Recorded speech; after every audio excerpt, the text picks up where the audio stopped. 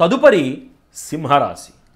సింహరాశి నందు మఖా నక్షత్రము 4 పాదములు, పుబ్బా నక్షత్రము 4 పాదములు, ఉత్తరా నక్షత్రము ఉత్తర ఫల్గుణి నక్షత్రము 1 పాదము. ఈ రాశి వారికి ఆదాయము 8 గాను, వ్యయం 14 గాను, రాజపూజ్యం 1 గాను, అవమానము 5 గాను కనబడుతున్నది. ఈ రాశి వారికి ఈ సంవత్సరము మిశ్రమ ఫలితాలు ఎక్కువగా గోచరిస్తున్నాయి.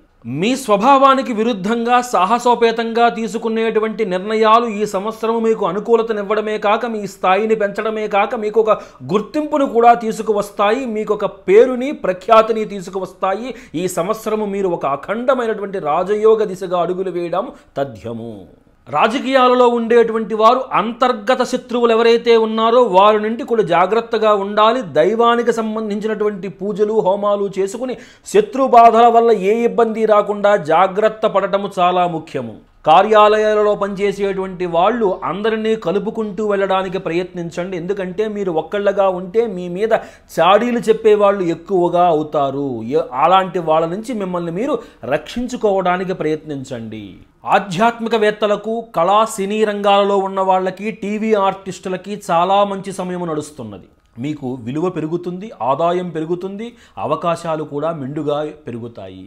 చాలా రోజుల నుంచి ప్రయత్నిస్తున్నటువంటి గృహ నిర్మాణం అనేటువంటిది కానీ, స్థలం కొనుగోలు అనేటువంటి అంశాలు ఈ సంవత్సరం మీకు పూర్తి అవుతాయి.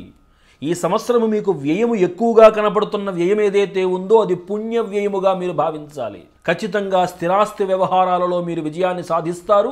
పుణ్యక్షేత్ర సందర్శనాన్ని ఎక్కువగా చేస్తారు. మీరు ఎవరికైనా అప్పు ఇవ్వదలుచుకుంటే మాత్రం తస్మాత్ జాగ్రత్త. మీ చేతి ద్వారా రుణాలు ఇవ్వకూడదు, రుణాలు ఇప్పించకూడదు, మధ్యవర్తిత్వము కూడదు ఈ సంవత్సరము మీకు.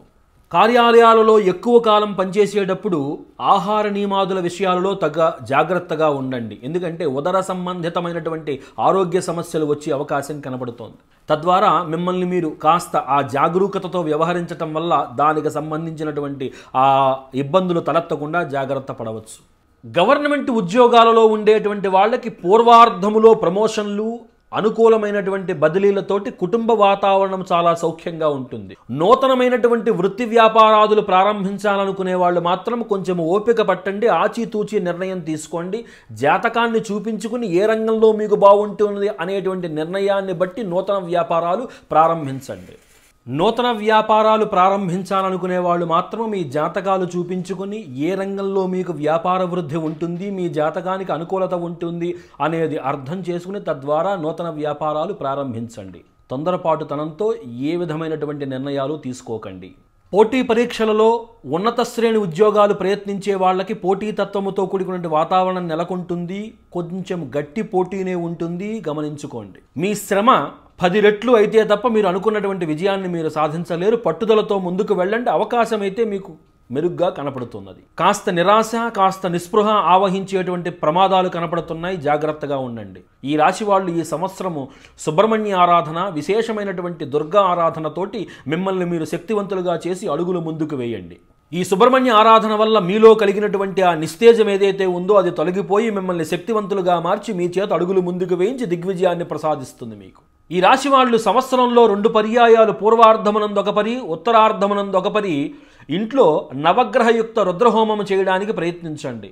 తద్వారా పరమేశ్వరానుకూలతతోటి, నవగ్రహానుకూలతతోటి మీరు చేస్తున్నటువంటి కార్యక్రమముల యందు మీకు దిగ్విజయత, ఊహించినటువంటి వెన్నుపోటు పొడిచేటువంటి శత్రువుల నుంచి శత్రుబాధ తొలగి మీకు ఆనందము, సంతోషము, ఆరోగ్యము చేకూరేందుకు అవకాశము మెండుగా కనబడుతున్నాయి.